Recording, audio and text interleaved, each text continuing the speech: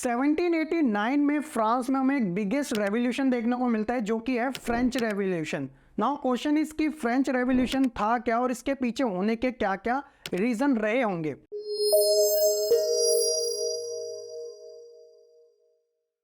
Basically क्या था कि जो फ्रांस था 1789 से पहले सोशल ग्रुप में डिवाइडेड था। अब ये जो सोशल ग्रुप होते थे वो स्टेट में बटे होते थे। For example first state, second state and third state, इनको क्रोनोलॉजिकल टर्म्स में उतनी ही रैंक दी जाती थी। जैसे फर्स्ट स्टेट के अंदर क्लर्गी आते थे। क्लर्गी एक तरीके के वो होते थे जो चर्च के मैटर में इन्वॉल्व रहते थे।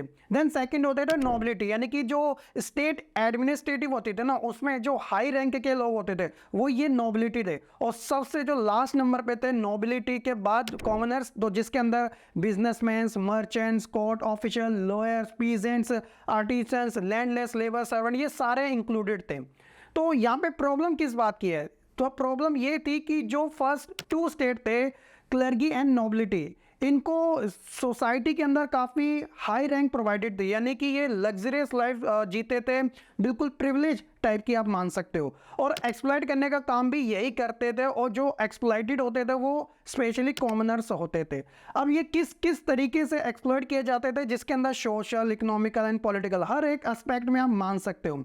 आप ये देखिए फ्रांस के इस मैप को, जैसे कि मैंने आपको बताया था फर्स्ट एंड सेकंड स्टेट के बारे में, तो ओवरऑल उस समय जो पॉपुलेशन थी आप देख सकते हो कि सिर्फ first and two second state की पॉपुलेशन 10% के आसपास थी, लेकिन ऑल ओवर फ्रांस के अंदर इनका जो कब्जा था वो 60% लैंड पे था, क्योंकि ये काफी रिच माने जाते थे। और जो थर्ड स्टेट थे कॉमनर, जिसके अंदर बिजनेसमैन, सर्वेंट, लैंडलेस, लेबर, ये सारे आए थे, इनकी पॉपुलेशन 90% के आसपास थी, लेकिन जो लैंड के ऊपर इनका राइट्स है वो सिर्फ 40% था, बिल्कुल अनइक्वल तरीके से। और इसके अलावा एक्सप्लॉइटेड में ये भी चीज काउंट की जाती थी, जो थर्ड स्टेट था उनके ऊपर वेरियस टाइप के जो टैक्सेस थे वो इम्पोज किए जाते थे। एग्जाम्पल के तौर पे आप बात कर सकते हो रिलीजियस टैक्स, जो कि टाइट होता था।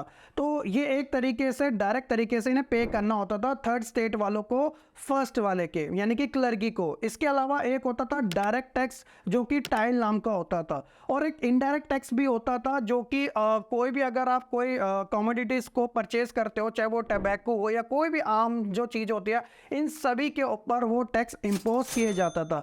तो लोगों के ऊपर इतना ज़्यादा एक्सप्लॉइटेशन होने की वजह से जब उन्होंने अपने प्रोटेस्ट की डिमांड करना शुरू किया, तो डिफरेंट टाइप के जो आइडियाज़ थे, for example liberty, fraternity, equality जैसी चीज़ें सामने उभर कर आई। और 1789 में जब ये रेवोल्यूशन पूरी तरीके से ऑल ओवर फ्रांस में फैली, तो आप कह सकते हो कि एक तरीके से फर्स्ट एंड सेकेंड स्टेट को पूरी तरीके से डिस्ट्रॉय कर दिया गया और एक नया वर्ग उभर कर आया, जो कि था थर्ड स्टेट। यानी कि आप कह सकते हो कि फ्रेंच रेवोल्यूशन जो थी वो अपने आप में एक हिस्टोरिकल रेवोल्यूशन था, एक इतना बड़ा टाइम था कि आप मानोगे कि हमारे इंडियन प्रीएम्बल के अंदर जो फ्रेटर्निटी, न्याय मतलब जस्टिस और इक्वालिटी, लिबर्टी जैसे जो वर्ड्स लिए गए वो इसी से इंस्पायर्ड होकर लिए गए 1789 की फ्रेंच रेवोल्यूशन से। हो सके बच्चों आपको इसके बारे में काफ़ी अच्छे तरीके से जानकारी पता चल चुकी होगी कि फ्रांस के अंदर जो सोशल डिवीज़न था वो किस किस टाइप का हमें देखने को